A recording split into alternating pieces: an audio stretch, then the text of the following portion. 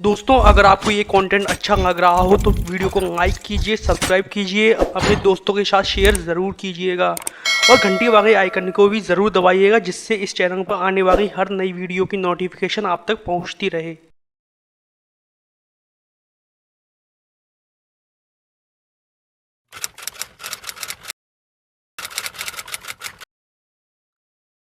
ये बात है सन 1971 की गर्मियों की अंत की। भूमध्य सागरीय तट पर एक भयंकर तूफान आ रहा था और गाजा के तटों पर ऊंची ऊंची लहरें भी उड़ रही थीं। तूफान के डर की वजह से स्थानीय मछुआरे भी तट पर ही रुके हुए थे और वह बड़े ही आश्चर्य से देख रहे थे कि एक टूटी फूटी नाव लहरों से निकलती हुई तट की गीली रेत पर आ गिरती है, जिसमें से कुछ फिलिस्तीनी नागरिक जिनके कपड़े और कैफिये फटे हुए और भीगे हुए थे, उनके बिना मुड़े हुए चेहरे पर लंबी यात्रा की थकान झलक रही थी। लेकिन उनके पास आराम करने का समय नहीं था, क्योंकि वे लगातार अपनी जान बचाने के लिए भाग जो रहे थे।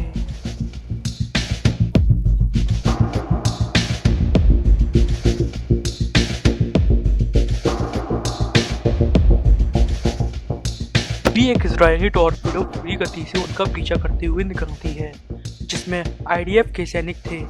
आईडीएफ के सैनिकों से भरी यह टॉर्पीडो जैसे ही गाजा के तट पर पहुंची, सैनिकों ने उतने हुए पानी में कूदते हुए भाग रहे फिलिस्तीनियों पर फायरिंग कर दी। लेकिन समुद्र तट पर खेल रहे गाजा के कुछ युवा फिलिस्तीनियों की ओर दौड़े और उन्हें पास के एक बगीचे की सुरक्षा में ले गए। इजरायली सैनिक उनका पता नहीं लगा पाए, लेकिन समुद्र तट पर तलाशी जारी रखी।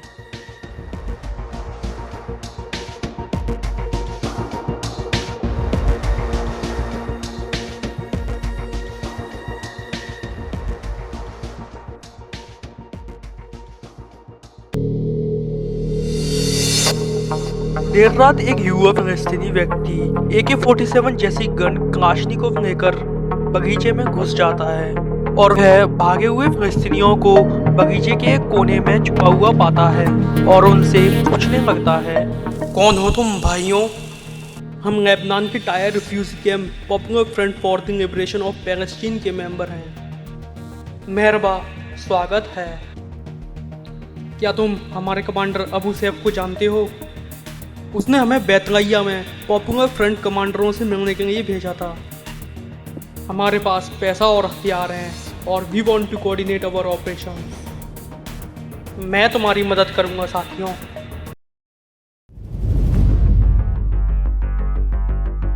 सुबह होते ही हथियार सहित आतंकवादी इन लेबनीजों को जवागिया रिफ्यूजी कैंप के एक अलग से घर में ले जाते हैं। इसके तुरंत बाद ही पॉपुलर फ्रंट के जिन कमांडरों से मिलने की उन्हें उम्मीद थी, वे अंदर आ जाते हैं और अपने लेबनानी भाइयों के सामने बैठ जाते हैं। उस ग्रुप में एक हट्टा कट्टा गंजा युवक भी था, जो जाहिर तौर पर लेबनानी ग्रुप का लीडर था। यह लीडर अपने सामने बैठे कमांडर से पूछने लगता है, क्या हम बातचीत शुरू कर सकते हैं? क्या सभी लोग यहाँ मौजूद हैं? एवरीबडी। और सामने बैठे बैठे कमांडर से बातचीत करते करते ये लेबनानी ग्रुप का लीडर अपनी घड़ी की ओर देखने लगता है, जो आतंकियों की मौत के तांडव का संकेत था। और बिना एक क्षण की देरी किए ये तीनों लेबनानी अपनी बंदूकें निकालकर आतंकियों पर ताबड़तोड़ फायरिंग कर देते हैं और 1 मिनट से भी कम समय में बैतलैया के सारे आतंकवादी और कमांडर मारे जाते हैं। आतंकी और कमांडरों को मौत के घाट उतारकर ये तीनों गाजा की भीड़ भाड़ वाली सड़कों से भागते हुए इजरायली क्षेत्र में घुस जाते हैं, जहां पहले से ही इजरायली डिफेंस फोर्स इनका इंतजार कर रही थी।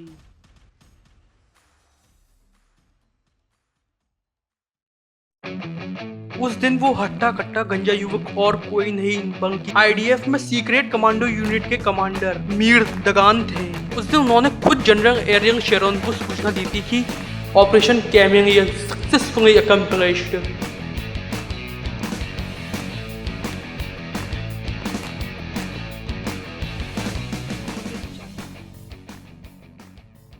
जय श्री राम दोस्तों, हम सब जानते हैं कि इजराइल एक छोटा सा देश है, लेकिन अपनी इंटेलिजेंस गैदरिंग और अपनी नेशनल सिक्योरिटी के लिए बहुत मशहूर है।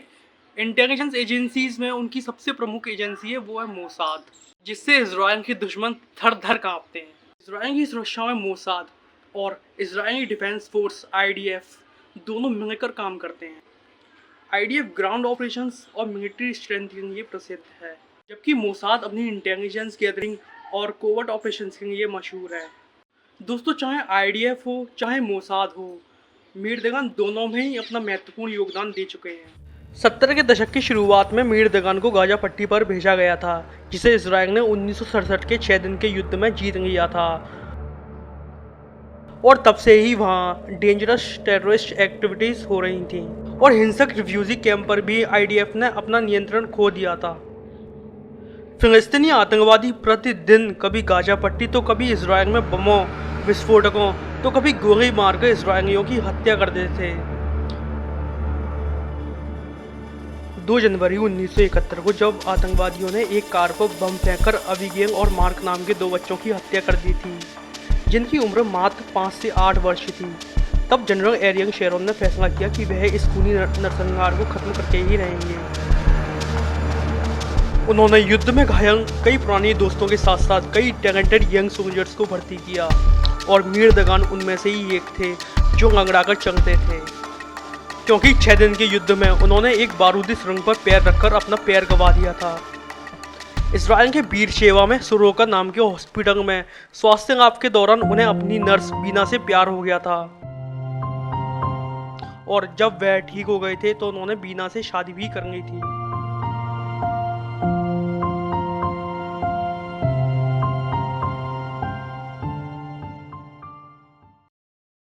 जब मीर दगान IDF में थे तब वह एक डॉबरमैन, कई पिस्तौल, रिवॉल्वर और एक सब मशीन गन्स के साथ कब्जे वाले गाजा में घूमते थे।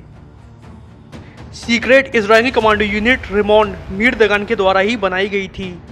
गाजा में फिलिस्तीनी नागरिकों के बीच घूमने और अपने टारगेट तक बिना पहचाने पहुंचने के लिए उन्हें भेष बदलकर काम करना पड़ता था, और माना जाता था कि रिमोंड कमांडो यूनिट के कमांडोज पकड़े गए आतंकवादियों को बेरहमी से मार देते थे। मौका मिलने पर रिमोंड कमांडोज गाजा में किसी भी आतंकी को पकड़ लेते और उसे पकड़कर अंधेरी गली में ले जाते और उसे भागने के लिए सिर्फ 2 मिनट देते, और जब आतंकी भागने की कोशिश करता तो उसे गोली मार देते थे।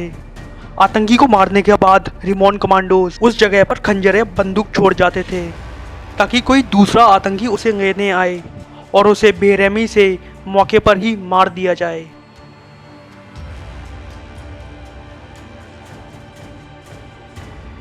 उनतीस जनवरी 1971 को मीर और उनके साथी टैक्सी में बैठकर जवांगिया रिफ्यूजी कैंप के बाहरी इलाके में जा रहे थे। दगान ने अपने यात्रियों में से एक कुख्यात आतंकवादी को पहचान लिया और तुरंत टैक्सी को रोकने का आदेश दिया, और मीर दगान ने आतंकवादी को टैक्सी से बाहर निकालकर उसे भी मौत के घाट उतार दिया। उस कार्रवाई के लिए मीर दगान को साहस पदक से भी सम्मानित किया गया था। और कुछ लोग तो ये भी कहते हैं कि मीर की खासियत ही आतंकी के सिर को उसके शरीर से अलग करना है। योम किपुर युद्ध के दौरान 1973 में मीर दगान रिकनेसेंस यूनिट में सुएज कनाल को पार करने वाले सबसे पहले इजरायली थे। 1982 के लेबनान युद्ध में मीर दगान आर्म ब्रिगेड के हेड ऑफिसर बनकर आए और जल्दी साउथ लेबनान सिक्योरिटी जोन के कमांडर भी बन गए। सिक्योरिटी जोन के कमांडर बनते ही गाजा में कुछ समय से बंद सीक्रेट ऑपरेशंस भी उन्होंने शुरू कर दिए, और इस प्रकार के कारनामों की वजह से उनके साथी उन्हें किंग ऑफ शैडो कहते थे। और लेबनान में उन्होंने अपना समय सीक्रेट अलायंसेस के साथ ही गुजारा था। लेबनान वॉर के बाद भी वे अपने गुप्त कारनामे नहीं छोड़ रहे थे। 1984 में एक अरबी नागरिक के वेश में घूमने के लिए चीफ ऑफ स्टाफ मोश लेवी द्वारा आधिकारिक तौर पर उन्हें फटकार भी लगाई गई थी।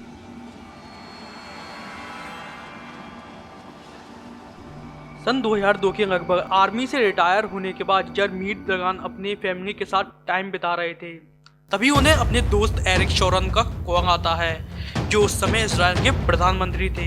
वे अपने 57 साल के दोस्त मीर दगान से कहते हैं, I want you head the head of Mossad and I need a Mossad chief with a dagger between his teeth. सन 2002 में मोसाद कमजोर होती जा रही थी। पिछले वर्षों में कई विफलताओं ने मोसाद की प्रतिष्ठा को गंभीर झटका दिया था। अमान में एक हमास नेता की हत्या में विफलता और स्विट्जरलैंड, साइप्रस और न्यूजीलैंड में इजरायली एजेंटों के पकड़े जाने पर मोसाद को गंभीर नुकसान पहुंचा था। मोसाद के आखिरी चीफ एफ्रेम हैवी भी उम्मीदों पर खरे नहीं उतरे, जो कभी ब्रुसेल्स में यूरोपीय संघ के फॉर्मर एम्बेसडर हुआ करते थे। एफ्रेम हैवी एक अच्छे डिप्लोमेट और एनालिस्ट तो थे, लेकिन एक अच्छे नेता या लड़ाकू नहीं थे। शेरॉन चाहते थे कि मोसाद का चीफ बोल्ड एंड क्रिएटिव हो, जो इस्लामी आतंकवाद और ईरानी रिएक्टर के खिलाफ एक हथियार हो। मोसाद के कई ऑफिसर्स मीर दगान के चीफ ऑफिसर बनने से खुश नहीं थे और मोसाद के कई टॉप ऑफिसरों ने विरोध में रिजाइन देना भी स्टार्ट कर दिया। लेकिन मीर दगान ने इन सब चीज़ों की ज़्यादा परवाह नहीं की। उन्होंने फिर से ऑपरेशनल यूनिट्स का निर्माण किया। उन्होंने फॉरेन सीक्रेट सर्विसेज के साथ क्लोज वर्किंग रिलेशंस इस्टेब्लिश किए और खुद को ईरानी खतरे से निपटने में व्यस्त कर दिया। और फिर भी अपने सबऑर्डिनेट्स के प्रति उनके सख्त रवैये के लिए प्रेस द्वारा उनकी बहुत आलोचना की गई। और फिर एक दिन दैनिक अखबारों में मोसाद की सफलताओं की हेडलाइंस छपने लगी, जिनमें उस नायक की सराहना की जाती थी जिसने मोसाद को उसका खोया हुआ सम्मान वापस दिलाया। उसकी बहादुरी और कुशलता ने एक बार फिर मोसाद का नाम इतिहास के पन्नों में स्वर्ण अक्षरों से लिख दिया।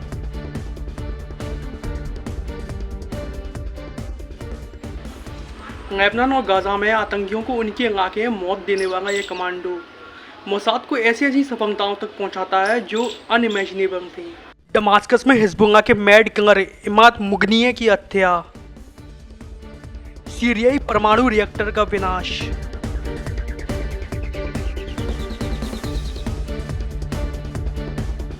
लेबनान और सीरिया में आतंकवादी नेताओं का खात्मा।